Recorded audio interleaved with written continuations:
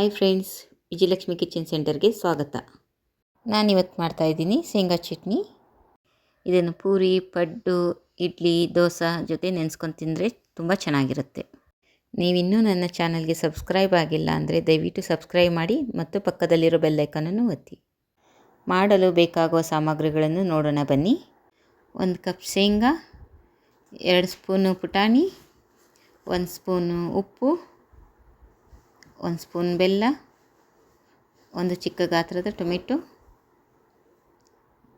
1 ಗೆಡ್ಡೆ ಬೆಳ್ಳುಳ್ಳಿ, 1 ಚಮಚ ಜೀರಿಗೆ ಮತ್ತು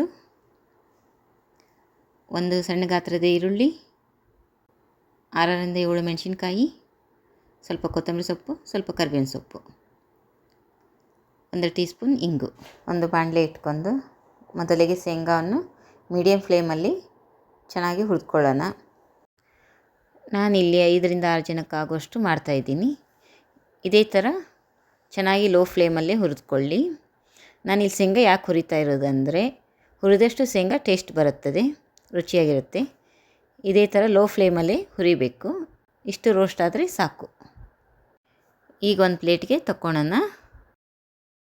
2 ಸ್ಪೂನ್ ಪುಟಾಣಿ ಹಾಕಿ ಹುರ್ಕೊಳ್ಳೋಣ. ಸ್ವಲ್ಪ ಬಿಸಿಯಾದ ಮೇಲೆ ಜೀರಿಗೆ, ಬೆಳ್ಳುಳ್ಳಿ ಹಾಕಿ 1-2 ನಿಮಿಷ ಬಾಡಿಸ್ಕೊಂಡು ತಗೊಂಬಿಡೋಣ. ಇದೇನು ಜಾಸ್ತಿ ಹುರ್ಕೊಳೋ ಅವಶ್ಯಕತೆ ಇಲ್ಲ. 7ರಿಂದ 8 ಮೆಣಸಿನ್ಕಾಯನ್ನು ಮುರಿದು ತೊಗೊಂಡಿದ್ದೀನಿ ನಾನಿಲ್ಲಿ. 1 ಸಣ್ಣ ಗಾತ್ರದ ಈರುಳ್ಳಿ, 1-2 ನಿಮಿಷ ಬಾಡಿಸ್ಕೊಳ್ಳಿ. ಇಲ್ಲಿ ಅಕಸ್ಮಾತಾಗಿ ನಿಮ್ಮ ಖಾರ ಜಾಸ್ತಿ ಬೇಕಂದರೆ ಮೆಣಸಿನ್ಕಾಯಿನ ಜಾಸ್ತಿ ಹಾಕ್ಕೋಬೋದು. ಇವೆರಡು ಸ್ವಲ್ಪ ಹುರ್ಕೊಂಡ್ಮೇಲೆ 1 ಸ್ಪೂನ್ ಎಣ್ಣೆ ಹಾಕಿ ಸ್ವಲ್ಪ ಫ್ರೈ ಮಾಡಿಕೊಳ್ಳಿ. 1 ಸಣ್ಣ ಗಾತ್ರದ ಟೊಮೆಟೊ, ಸ್ವಲ್ಪ ಕೊತ್ತಂಬರಿ ಸೊಪ್ಪು, ಸ್ವಲ್ಪ ಕರಿಬೇವಿನ ಸೊಪ್ಪು. ನೀವು ಇಲ್ಲಿ ಹುಳಿ ಇಷ್ಟಪಡೋರು ಹುಣಸೆಹಣ್ಣು ಕೂಡ ಆ್ಯಡ್ ಮಾಡ್ಕೋಬೋದು. ಇಲ್ಲ ನಾರ್ಮಲ್ ಹುಳಿ ತಿನ್ನೋರಾದರೆ ಹುಣಸೆಹಣ್ಣು ಹಾಕ್ಕೋಬೋದು. ಇಲ್ಲ ಅಂದರೆ ಟೊಮೆಟೊ, ಎರಡರಲ್ಲಿ ಒಂದು ಹಾಕಿದರೆ ಸಾಕು. ಇಷ್ಟು ಹುರಿದ್ರೆ ಸಾಕು, ಜಾಸ್ತಿ ಏನು ಹುರಿದು ಬೇಡ. ಇವಾಗ ಒಂದು ಪ್ಲೇಟಿಗೆ ಹಾಕ್ಕೊಂಡು ತಣ್ಣಗಾಗೋವರೆಗೂ 5 ನಿಮಿಷ ಬಿಡೋಣ. ಈಗ 5 ನಿಮಿಷ ಆದಮೇಲೆ ಎಲ್ಲ ತಣ್ಣಗಾಗಿದೆ. ಒಂದು ಮಿಕ್ಸಿ ಜಾರ್ ತೊಗೊಂಡು ಎಲ್ಲವನ್ನು ಮಿಕ್ಸಿ ಒಳಗಡೆ ಹಾಕೋಣ. 1 ಸ್ಪೂನ್ ಬೆಲ್ಲ, 1 ಸ್ಪೂನು ಉಪ್ಪು. ಇಲ್ಲಿ ಉಪ್ಪು ನೋಡಿ ಹಾಕ್ಕೊಳ್ಳಿ, ಕಡಿಮೆನೇ ಹಾಕ್ಕೊಳ್ಳಿ. ಜಾಸ್ತಿ ಆದರೆ ಏನೂ ಮಾಡೋಕ್ಕಾಗಲ್ಲ, ಕಡಿಮೆ ಆದರೆ ಇನ್ನೂ ಸ್ವಲ್ಪ ಕೂಡ ಹಾಕ್ಕೋಬೋದು. ಆಮೇಲೆ ಮೊದಲಿಗೆ ನೀರು ಹಾಕ್ಕೊಳ್ದೇ ಒಂದು ಸರಿ ರುಬ್ಕೊಳ್ಳಿ. ಸ್ವಲ್ಪನೇ ನೀರು ಹಾಕ್ಕೊಂಡು ರುಬ್ಬಿ. ಇಲ್ಲಿ ನೋಡಿ, ತುಂಬ ತರಿಯಾಗಿ ಇರಬಾರ್ದು, ತುಂಬ ನೈಸಾಗಿ ಇರಬಾರ್ದು. ಈ ಟೆಕ್ಸ್ಚರ್ ಬಂದರೆ ಸಾಕು. ಈ ಥರ ನೈಸಾಗಿ ರುಬ್ಕೋಬೇಕು. ಈಗ ರುಬ್ಬಿದ್ದಾಗಿದೆ. ಒಗ್ಗರಣೆ ಮಾಡ್ಕೊಳಕ್ಕೆ 2 ಟೇಬಲ್ ಸ್ಪೂನು ಎಣ್ಣೆ, ಅರ್ಧ ಟೀ ಸ್ಪೂನ್ ಸಾಸಿವೆ, ಅರ್ಧ ಟೀ ಸ್ಪೂನು ಜೀರಿಗೆ, 1 ಮೆಣಸಿನ್ಕಾಯಿ, ಒಂದು ಸ್ವಲ್ಪ ಕರಿಬೇವಿನ ಸೊಪ್ಪು, 1/4 ಟೀ ಸ್ಪೂನ್ ಇಂಗು. ಇವೆಲ್ಲನೂ ಹಾಕಿ ಚೆನ್ನಾಗಿ ಮಿಕ್ಸ್ ಮಾಡಿ ಗ್ಯಾಸ್ ಫ್ಲೇಮನ್ನು ಬಂದ್ ಮಾಡಿಬಿಡಿ.